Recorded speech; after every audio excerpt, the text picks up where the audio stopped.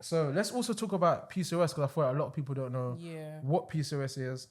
Over the years, I've trained a lot of women with PCOS. So I don't know if this is 100% true, but I've seen a stat somewhere that's about 1 in 10 women have it. But a lot of people don't even know what it is Yeah. and the side effects that come with it and how it affects your training. So if you could like give me like a definition of what PCOS is for the people out there that don't know what it is, how would you define that? Okay, well, PCOS is for me basically is like a hormonal imbalance. So it's like everybody gets different symptoms. Every woman will 100%. have a different symptoms because I got another friend as well. She has the same thing, but her symptoms is totally different from mine. Her one is internally, mine manifests physically. So it's like I drew the short straw. So for her, it's like more like she gets overheated, she's anemic, she tends to have dizzy spells and faints. I don't get none of that. But for me, it's like you get a list of loads of things like facial hair growing in places that's not meant to, acne scars, acne, hyperpigmentation. You get like heavy flows on your menstrual cycle. You just feel down, like no energy, no nothing. So it's like, and then also it's very hard to lose weight. Yeah. Very, very hard to lose weight because you can gain the weight quick with PCOS, but losing it, it's very hard. And it's like, you can't overexert yourself with so much cardio because a lot of girls will be like, okay, I just need to do cardio. But with PCOS, it's not going to work with that from what I've been told. Like, you don't need to go over and beyond. It's like 40 minutes walk here and there. Like, that's what I even started to do because before, after training, after I lift weights, I'm going home. But now I start to, because I spoke to Miles. Miles did like a day where you could just check out your weight and see what goals you want to hit. So I did Like that, an and he was assessment. like, he just said, you know what, hit 5 to 7K steps a day if you can. So after my workouts, I tend to do like 20, 30 minutes on the treadmill Okay. after every workout. So just be like, okay, trying to get that body fat down, but keep that muscle gain where it needs to be or higher. But PCOS it's hard.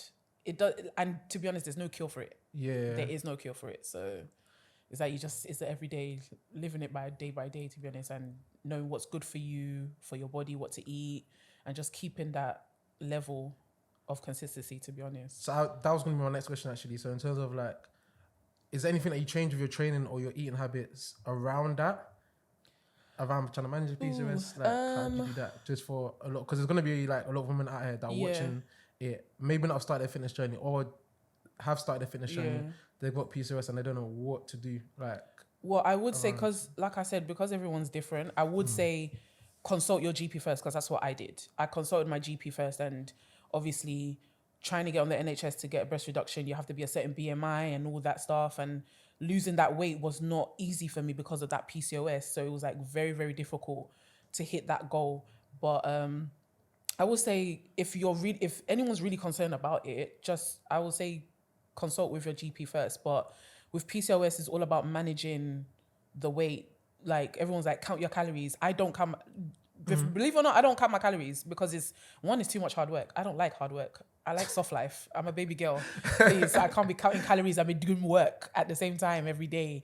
But it's like, I would say portion control is a major thing. Like, I rather pick portion control over counting your calories. But as long as like you have a protein with every meal you have, protein and veg, that's those two, all those carbs and all that, you can put it to the side. But I would say protein with every meal you have, and veg or fruit or whatever with everything you have makes a big difference. And I do understand now why protein is good, because it makes me fuller for longer.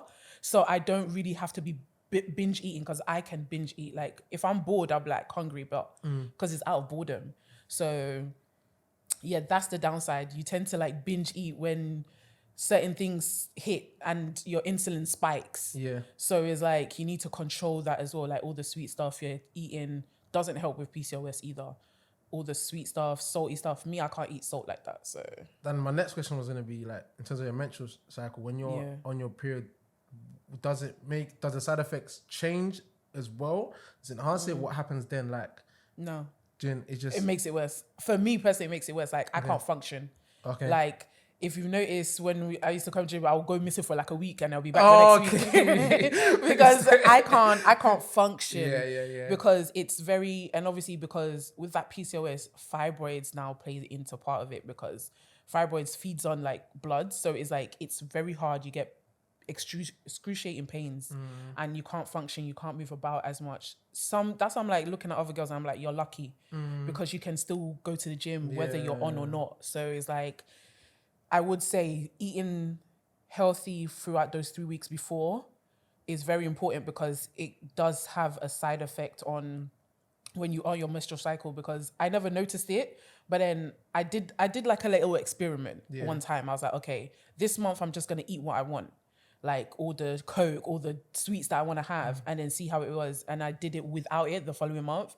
That following month without it made a big difference because I was still able to, like, maybe not on the first day of my menstrual cycle, but the second and third, I was able to still hit the gym. Okay, got you. But when I was eating whatever I want, I could not move, I could not function, my back was killing me, the pain was too much. Like, so nutrition does play a big effect when it comes to fibroids and your menstrual cycle and your PCOS. So I would say keep consistent with eating habits.